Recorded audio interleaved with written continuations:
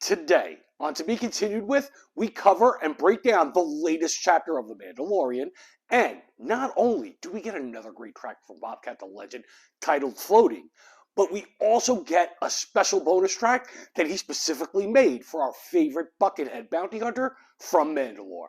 So, honestly, let's not waste any more time and get right into things. And we do that simply by queuing up that intro and getting things started.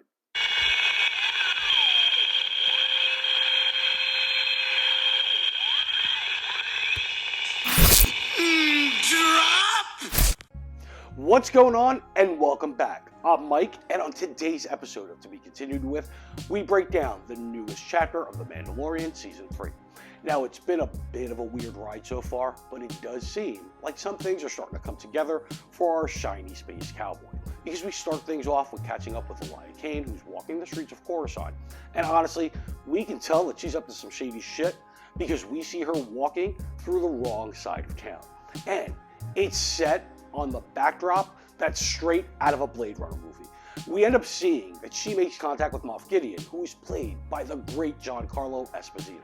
It confirms that he's alive, as well as being up to something that's not good, since she informs him on who took out the pirates that were on Navarro via a classic Imperial probe droid, just like the one from The Empire Strikes Back that was looking for all the rebels on the snow planet of Hoth. Now, it's here that we end up meeting a Shadow Council that's made up of Imperial officers, and they're all updating each other on recent events, along with plotting their return to power after the fall of the Empire.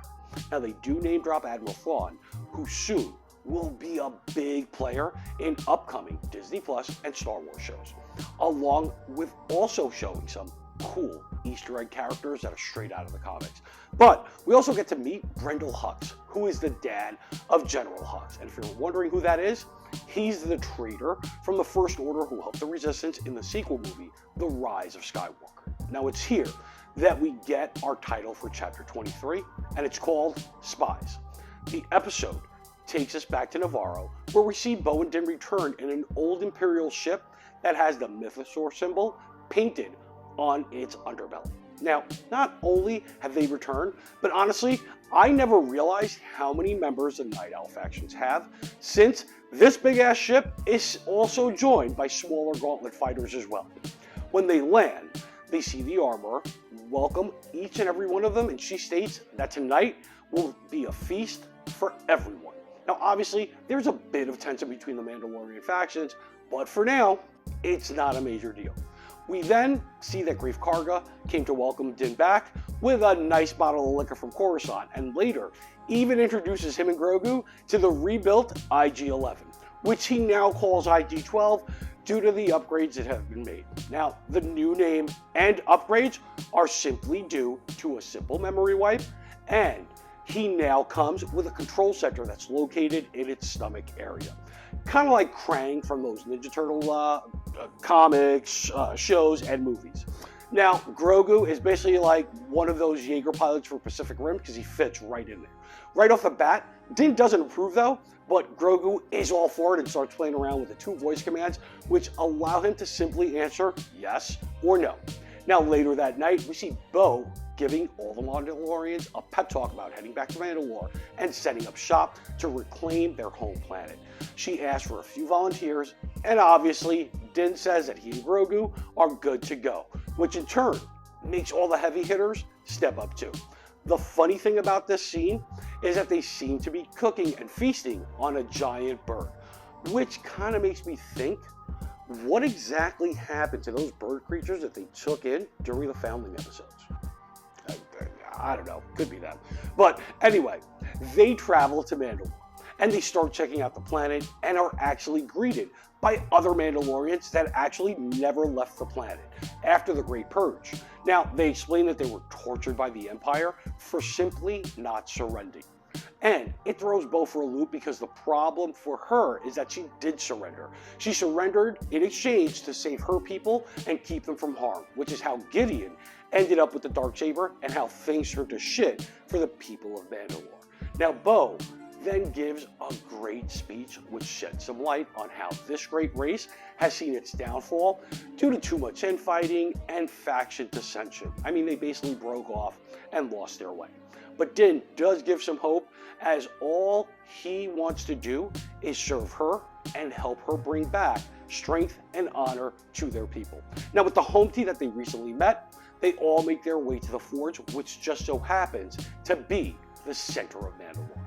Now, the tension does pick up again between the Night Owls and the former Death Watch crew, because Axe Woves and Paz Vizsla start fighting over a game that they're playing while they're on this ship making their way to the Forge. Now, they really get into things, and things get pretty intense until Grogu actually steps in his IG-12 mech suit and makes them stop while using the no response over and over again.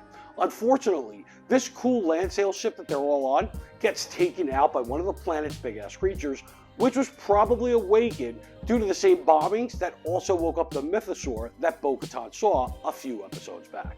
Now, the Mandalorians abandon the ship and find shelter, only to hear some jetpacks that are flying in.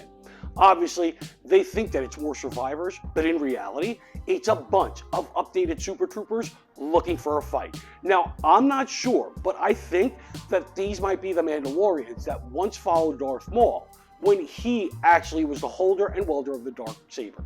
So, honestly, if anyone knows, please share that info somewhere in the comments. But getting back, a shootout literally just starts taking place, and we see just how well the Mandalorians work together, since they actually put aside all their differences, and they actually really start fucking things up for these Super Troopers. I mean, Din leads a team against the Super Troopers, and the Mandalorians are definitely overwhelming them, only for them to find a fully functional mini Imperial base, complete with ships, troopers, and a whole bunch of other shit.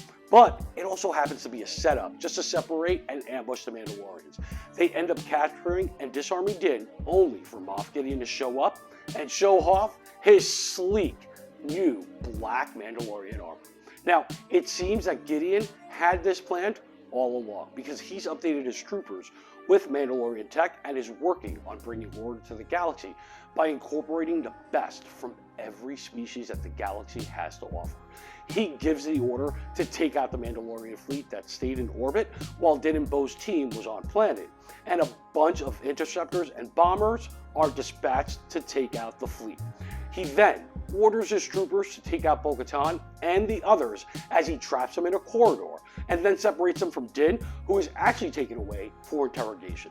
Now, the Mandalorians really aren't having it, and they start to shoot the Super Troopers, while Bo-Katan uses her darksaber to cut an opening at the other end of the corridor.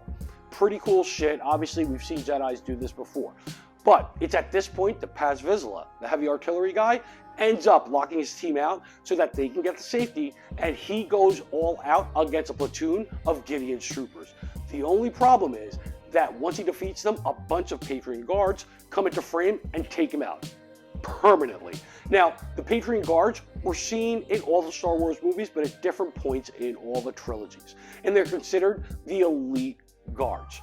They're the ones that are dressed in all red from head to toe and have some crazy skills in combat.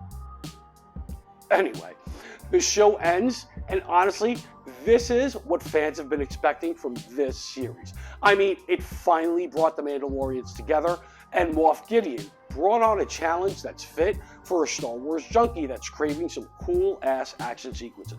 Hell, even Grogu did something. Even though it was a small addition to what is going on, it meant something in the overall story. Now, it was also very cool seeing the updated troopers and Moff Gideon stepping out of the shadows to finally provide an end boss level challenge to Din, Bo, and the other Mandalorians. Now, with only one episode left, another season is almost certain to be announced, and I hope that it's more focused than what Season 3 offered. It seems like this season is not only trying to reestablish Din and Grogu's journey, but it's like the back burner story, because this is also trying to bridge the fall of the Empire with the uprising of the First Order, along with providing some backstory for the Emperor's return in the sequel trilogy. This episode does get a thumbs up from me, and it's a great setup for next week's big finale. Now, this is the part where I ask you to subscribe, hit that bell for notifications, and don't forget to also like, share, and comment on what you thought of this particular installment. The reality is that it's because of you that this channel continues to grow. And honestly, I can't thank you all enough. But know that it's definitely highly appreciated.